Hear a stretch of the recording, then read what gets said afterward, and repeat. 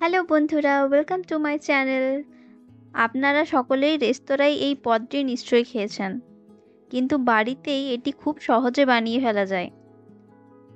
প্রথমেই একটা পেঁয়াজ, হাফ ক্যাপসিকাম, একটু আদা আর 6 থেকে 7 কলি রসুন কেটে রাখলাম। এবার 250 গ্রাম বোনলেস চিকেনে দিয়ে দিলাম 2 চামচ কর্নফ্লাওয়ার, পরিমাণ মতো নুন, হলুদ আর 1 টেবিল চামচ সয়া সস। মেখে নিয়ে সাইডে সরিয়ে রাখলাম। এবার আমরা চিলির জন্য সসটা তৈরি করে নেব। একটা পাত্রে দিয়ে দিলাম 1 চামচ কর্নফ্লাওয়ার, 1 চামচ সয়া সস, 1 চামচ গ্রিন চিলি সস, 2 চামচ টমেটো সস আর 1 চামচ ভিনিগার। ভালো করে মিক্স করে নিলাম।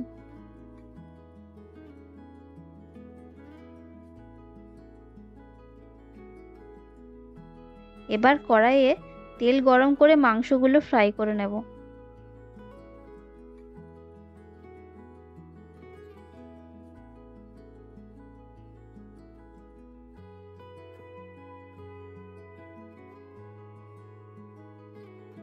গোল্ডেন ব্রাউন হয়ে গেলে উঠিয়ে নেব।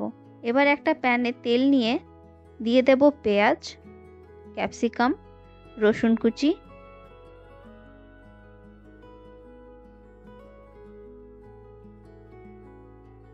ভাজা হয়ে গেলে আগে থেকে তৈরি করে রাখা সসটা দিয়ে দেব। আর দেব জল, হাফ চামচ নুন, 1 চামচ চিনি।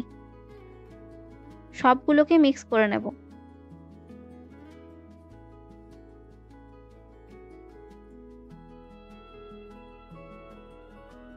মাংসগুলো দিয়ে দেব।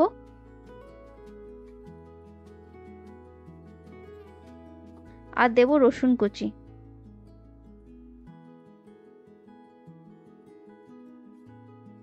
পাঁচ মিনিট ফুটিয়ে শেষে ধনেপাতা দিয়ে গার্নিশ করব।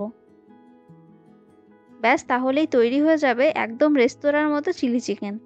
খান, খাওয়ান, খুশি থাকুন।